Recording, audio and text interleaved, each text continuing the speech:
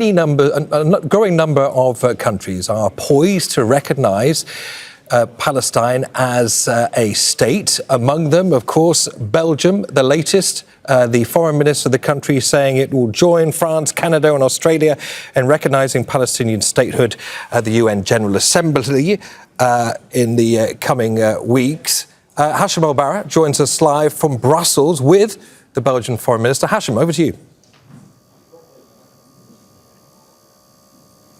Niv, quite a significant moment. It came only after the key partners of the governing coalition in Belgium managed to overcome some of the huge differences, particularly when it comes to how to move forward. And they were faced with the potential of a massive political crisis.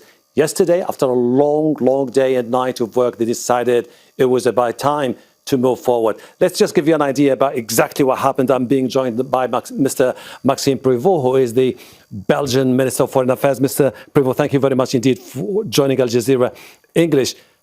You're going to go to New York and you're going to make the announcement. How significant is that recognition of the Palestinian statehood? It was very important, according to me and the whole Belgian government. Why at this moment? Because we've seen the horrible, terrific situation on the ground, and with people starving, and it's totally unacceptable. And cutting off all humanitarian aid is really a war crime.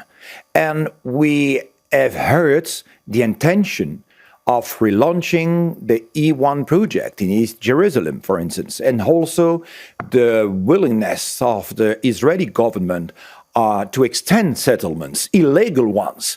So we consider that it's time to preserve the possibility to have a two-state solution. But for that, it means, as the words mention it, that we need to have the capability to have two states. So it was time to recognize the State of Palestine, and the Belgian government decided to go to New York and to express its willingness, not only say willingness, the recognition, the political recognition of the State of Palestine. This is a strong diplomatic signal, but we decided also to materialize this recognition a little bit later when all the hostages will be released and when the Hamas will not be involved in the management of the Palestinian region, in order to avoid that the recognition is used as, let's say, a reward for the terrorist attacks we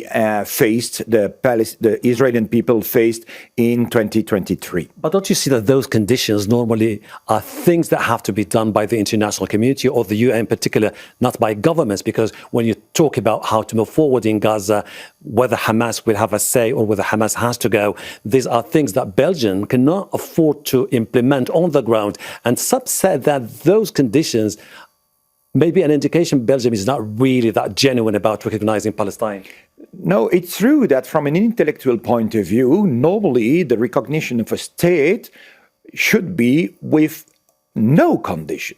But I had also to manage the different sensitivities within the Belgian coalition. We have 5 parties, and we are not necessarily aligned regarding the way we intend to manage the current situation on the ground. So it is a compromise, of course. Frankly speaking, personally, I was fighting for unconditional recognition, but it was not especially the case for other partners within the Belgian coalition. So this is finally, I think, a good solution, because we send in the coming weeks in New York a very strong signal saying that from a diplomatic point of view, we recognize the State of Palestine and all the rights related to the people living in Palestine.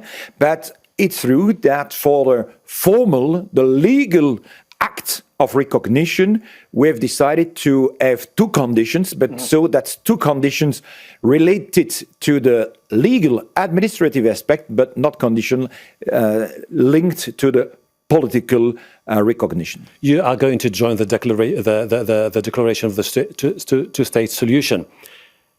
Could you give us an idea about how significant is this move? Are you optimistic this is something that could have the backing of the EU, the Americans, about bringing the Palestinians and the Israelis to negotiate a permanent peace? I hope it will help to go forwards in the process of this lasting peace that everybody deserves in this region, both the Palestinian and the Israeli people, of course. And if many countries in the world, thanks to the initiative led by France and Saudi Arabia, are able to consolidate the path to this peaceful process, it will really provide an added value for the people. And so it's why Belgium also decided, you mentioned it, to sign also the New York Declaration.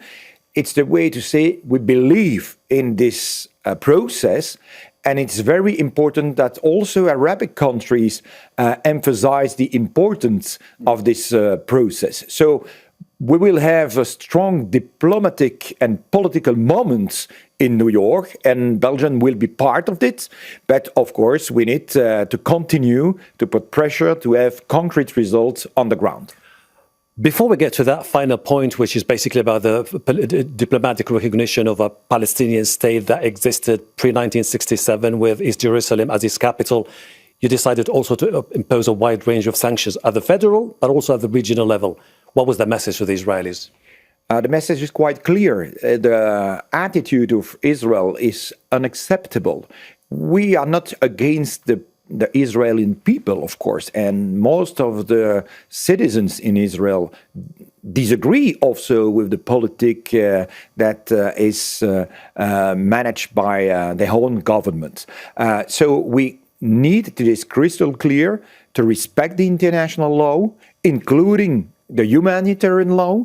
We need to provide massively aid to the Palestinian people, to those children, women, and other citizens who are starving. The international, let's say, countries and also organizations like the UN have described this like a famine. So we need to react, and it is why, for trying to push back to Israel, we have decided to take on national level 12 strong measures, both economic measures, consular measures, and also specific measure against, for instance, the Israeli minister, Smotrich and Ben-Gvir, also violent settlers, and also some leaders of the Hamas. Thank you. Thank you. I really appreciate Mr. Maxime Prevot, Belgium's Minister of Foreign Affairs. And this is exactly, Niamh, what you can see,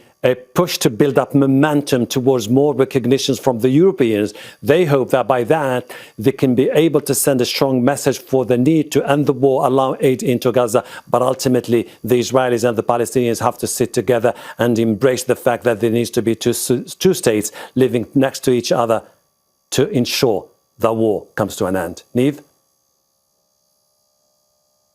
Thank you very much, Hashim, and many thanks to the Belgian Foreign Minister, Maxime Prevot.